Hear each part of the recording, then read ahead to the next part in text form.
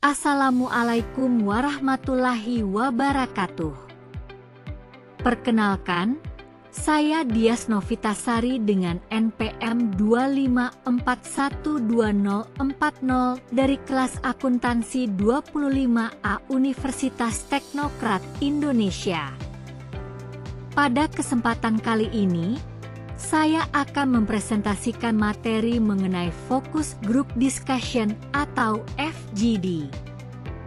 FGD merupakan salah satu metode yang cukup penting, khususnya dalam penelitian kualitatif dan pengambilan keputusan berbasis data.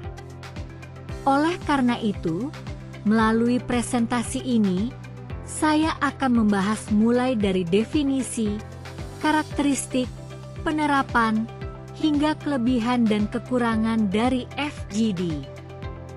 Semoga materi yang saya sampaikan dapat memberikan pemahaman yang jelas dan bermanfaat. Baik, kita mulai dari definisinya. Focus Group Discussion atau FGD merupakan metode pengumpulan data kualitatif yang dilakukan melalui diskusi kelompok secara terarah dan sistematis. Metode ini awalnya banyak digunakan dalam penelitian pemasaran, namun saat ini telah berkembang dan digunakan di berbagai bidang, seperti pendidikan, sosial, dan kebijakan publik. Melalui FGD, peneliti dapat menggali berbagai informasi seperti persepsi, pendapat, sikap, motivasi, pengalaman, hingga harapan dari para peserta terkait suatu topik tertentu. FGD biasanya melibatkan sekelompok kecil peserta yang dipandu oleh seorang moderator.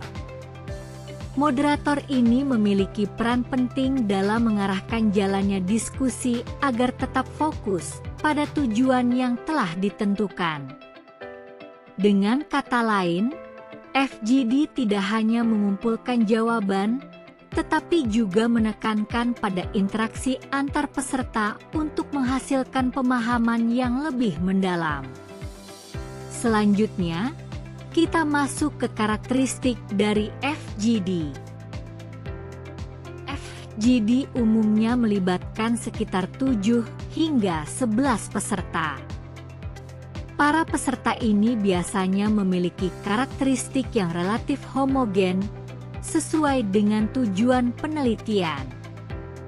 FGD merupakan metode kualitatif, sehingga data yang dihasilkan berupa pendapat, opini, dan pengalaman, bukan angka. Selain itu, FGD bersifat proses-oriented, artinya proses diskusi itu sendiri sangat penting. Interaksi antar peserta dapat memunculkan ide-ide baru yang mungkin tidak muncul dalam wawancara individu. Diskusi dalam FGD juga harus terarah pada topik tertentu, sehingga tidak melebar ke hal-hal yang tidak relevan. Hal penting lainnya adalah suasana diskusi harus netral dan nyaman. Hal ini bertujuan agar peserta merasa bebas dalam menyampaikan pendapat tanpa tekanan.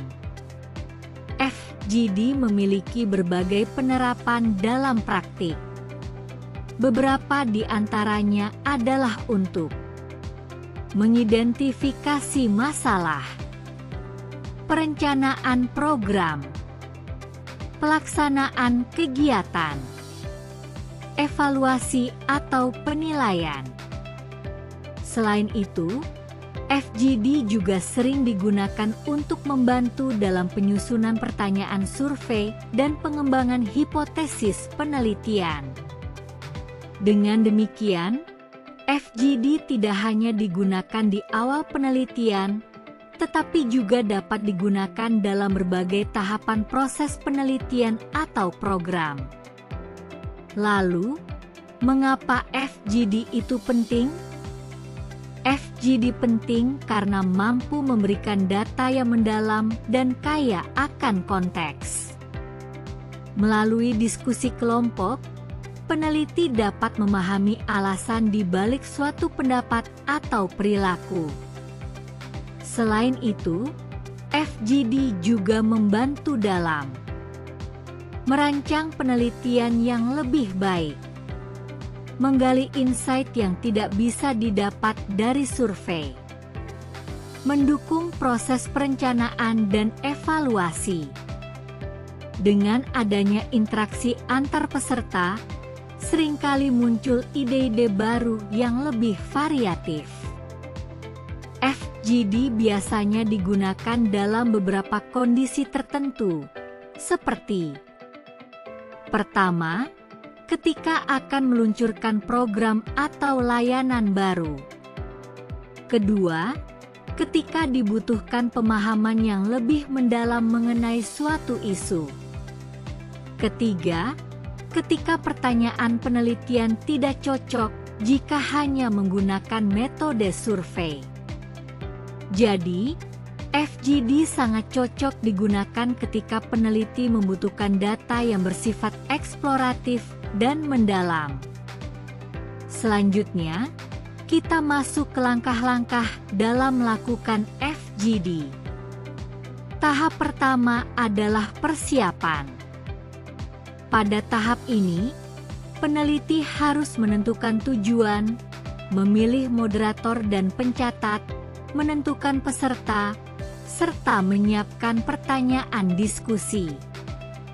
Selain itu, perlu juga menyiapkan tempat yang nyaman dan melakukan rekrutmen peserta. Tahap kedua adalah pelaksanaan.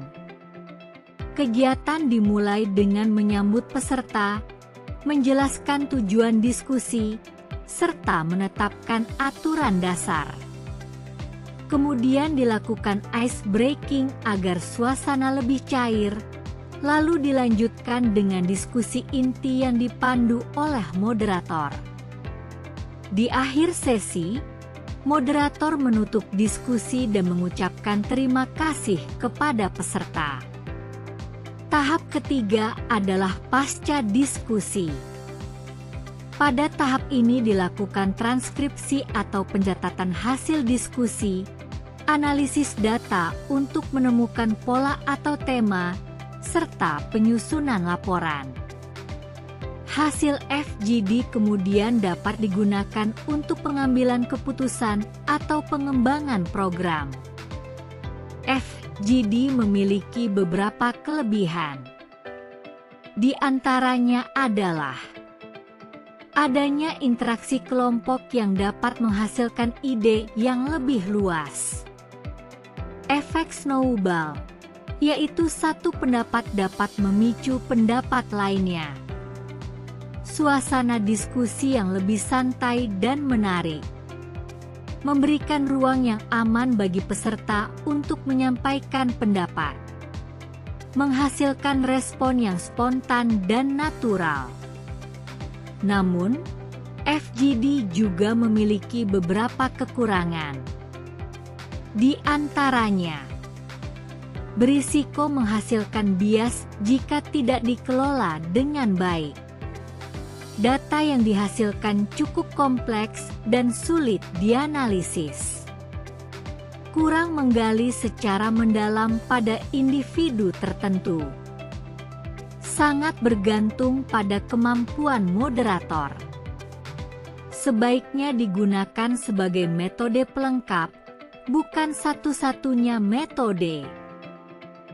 Sebagai penutup, dapat disimpulkan bahwa focus group discussion merupakan metode pengumpulan data kualitatif yang efektif untuk menggali informasi secara mendalam melalui diskusi kelompok.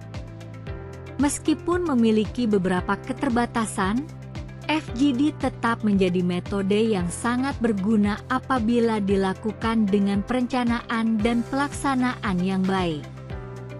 Demikian yang dapat saya sampaikan. Terima kasih atas perhatian Bapak, Ibu, dan teman-teman sekalian.